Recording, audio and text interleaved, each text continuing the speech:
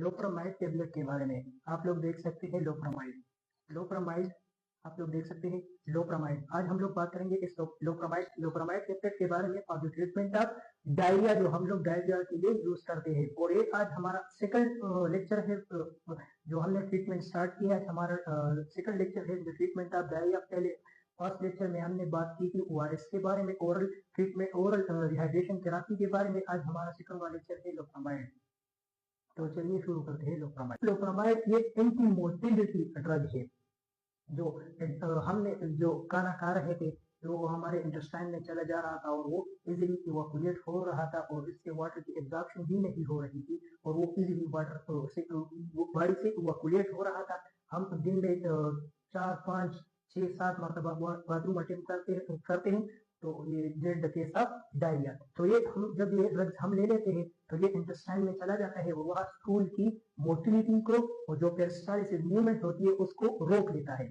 जब वो रुक जाती है थोड़ी देर के लिए तो उससे वाटर की एब्जॉर्प्शन की जो एब्जॉर्प्शन होती है तो उनके लिए ज्यादा टाइम मिल जाता है एब्जॉर्प्शन ऑफ वाटर को। इससे वाटर की एब्जॉर्प्शन जो बाउल्स होते हैं उनसे वाटर की एब्जॉर्प्शन स्टार्ट कर देते हैं पोरिंग चैनल्स के जरिए। तो वाटर की ज्यादा एब्जॉर्प्शन हो जाने की वजह से फिर वो स्टूल ड्राई हो जाते हैं और स्टिकी हो जाते हैं, जिसकी वजह से हमारे जो डायरिया था वो रीड हो जाता है और स्टूल जो है वो स्टिकी पीसेस में कन्वर्ट हो जाता है और that's the treatment of loperamide tablet. तो अगर हम थ्योरी की बात करें तो these drugs reduce intestinal motility. Motility means movement को reduce the intestinal motility and increase the time for absorption of water and electrolytes। जो मैंने आपको बात कही कि ये ड्रग हम ले लेते हैं तो इंटेस्टाइन में चला जाता है, बाउल जो पीसेस होती है उनकी मूवमेंट को रोक लेता है, पेरिस्टालिसिस मूवमेंट को रोक लेता है और इससे ज्यादा वाटर की एब्जॉर्प्शन स्टार्ट हो जाती है एंड इलेक्ट्रोलाइट्स की and this is the treatment of diarrhoea. इसमें जो मेडिकेशन है वो लोप्रामाइड है।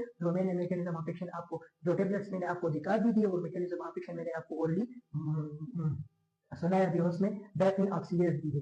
तो इसकी मैकेनिज्म ऑफ एक्शन की अगर हम बात करें तो ये सिंपल मैकेनिज्म ऑफ एक्शन है। इसमें जब ये ड्रग्स एंटर हो जाता है गट्स में चला जाता है तो ये बाइंड हो जाता है ओपाइड रिसेप्टर के पास। ये गट्स में हमारे पास ओपाइड रिसेप्टर होते हैं तो ये उनमें उन रिसेप्टर के ऊपर बाइंड हो जाता है और स्लो इंटेस्टाइनल मसल वेव्स और मसल वेव्स जो इंटेस्टाइन जो बाउल होते हैं वो इस तरह स्क्वीजिंग मूवमेंट कर देते हैं। बाउल की स्क्वीजिंग जो इंडिकेटर होते हैं ना जो इस तरह से ओढ़ रहा होता है तो इस तरह मूवमेंट होती है इन पीसेस की तो इसको स्लो डाउन कर देता है, इन वेव्स को स्लो कर देता है, मोर वाटर एब्जॉर्ब हो जाता है और reduction in diarrhoea water diarrhoea की रिडक्शन हो जाती है। इनके motility drugs work by acting brakes for your digestive system. ये डाइजेस्टिव सिस्टम के ऊपर ब्रेक लगा देता है तो ज्यादा वाटर एब्जॉर्प्शन होने के लिए वो टाइम मिल जाता है, वाटर एब्जॉर्ब हो जाता है, स्टूल ड्राई हो जाते हैं, सूख जाते हैं और दैट्स ट्रीटमेंट ऑफ डायरिया।